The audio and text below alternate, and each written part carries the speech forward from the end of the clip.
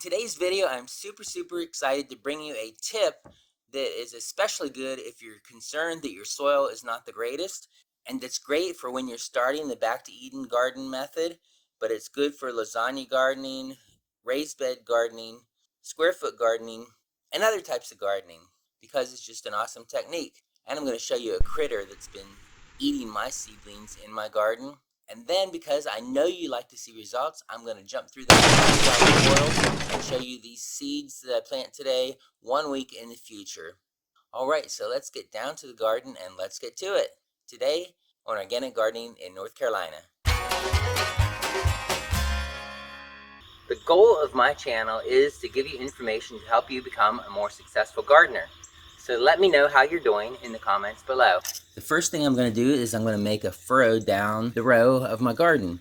So I'm just doing a little tiny section here really, just to show you guys how I do this. Probably a couple inches deep. If you were doing Back to Eden gardening with wood chips, you would pull the wood chips back in each side and make a furrow because you do not want to mix wood chips with your garden soil. Okay, so now we're going to pour some potting mix in our furrow. So we're going to try to get at least an inch, and the more the better really. And you're going to use a good quality potting mix. Don't get potting mix at the dollar store and expect them to grow great crops. But this potting mix that I'm using is OMRI listed, and OMRI means that it's totally organic and it's been certified to be organic. If it's OMRI listed, I tend to trust it pretty much. Then you can also add some compost if you have some of your own compost. If you have good nutritious compost that you've made, that would be awesome. And if you're doing lasagna method, you might want to not even make a furrow, especially if it's a brand new lasagna bed. You might want to mound up some potting mix right on top of your row. And it doesn't hurt to be mounded either. That helps with drainage. Okay, now we're going to pat the soil down, firm it up just a little bit because you don't want it to sink under your seeds or wash away real easily. So we're going to firm it down. Now I'm going to go back with my trowel and I'm going to scratch a little line down the middle of our potting soil. Just rough it up a little bit so the seeds will sink in a little bit. And I'm planting lettuce seeds that I got from Ray at Praxis. This is a gourmet lettuce mix that I got from Ray. And I'll leave a card up here so you can click on a video I made of some small seed companies that I like to support. And Ray has some great seeds.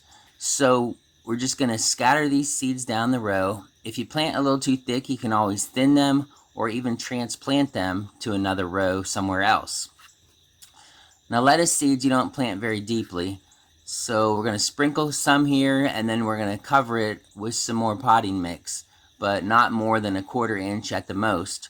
A lot of seeds you can plant at 1/4 inch, and it depends pretty much on the size of the seeds. So the smaller the seeds, like carrot seeds, I wouldn't even put soil over them. I just smooth the soil down over them and they'll be good to go as long as you keep them moist. It's one thing you have to do with carrots is you have to make sure they're moist. Some people like to put a board over their carrots until they sprout. Give it like a week, and then once you see the sprouts starting to come up, you pull the board away, because that can keep the soil nice and moist and give them a good chance to survive.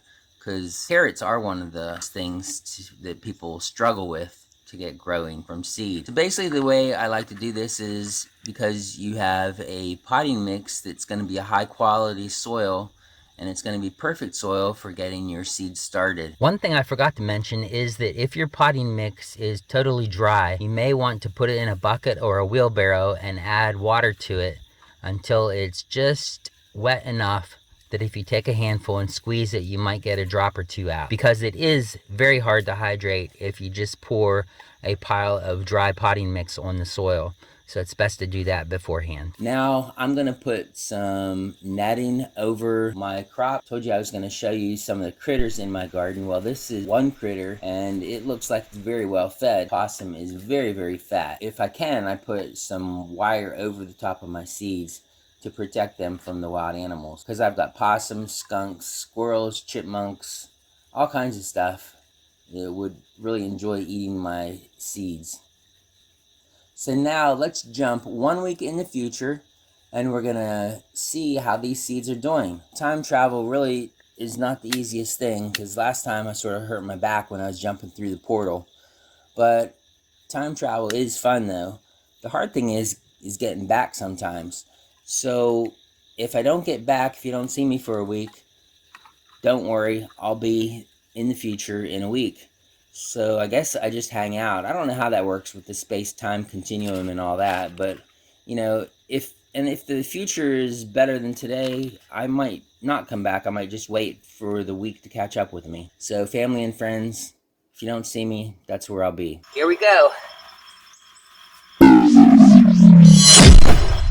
All right, here we are back 1 week in the future. So let's go down to the garden and see how those seedlings are doing. If you look down there through this wire, you can see that there are lettuce plants growing. There we go. And they have pretty good spacing. Give them room to grow.